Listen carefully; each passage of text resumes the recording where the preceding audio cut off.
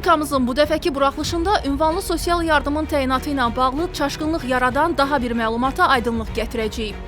Cəmiyyətdə belə bir fikir formalaşıb ki, nəqliyyat vasitəsinin idarə olunması bütün hallarda ünvanlı sosial yardımın təyin edilməsindən imtinaya səbəb olur. Əslində isə belə deyil. Sürücü vəzifəsində çalışan ailə üzvünün təşkilatın mülkiyyətində olan nəqliyyat vasitəsini yol vərəqəsi ilə idarə etməsi ünvanlı sosial yardımla bağlı müraciət zamanı imtinaya səbəb olmur.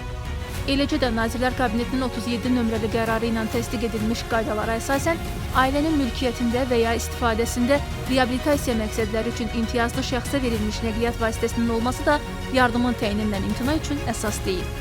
Ünvanlı sosial yardımın təyin olunması qaydası ilə bağlı daha ətraflı məlumatı Dövlət Sosial Müdafiə Fondunun rəsmi saytından əldə edə bilərsiniz.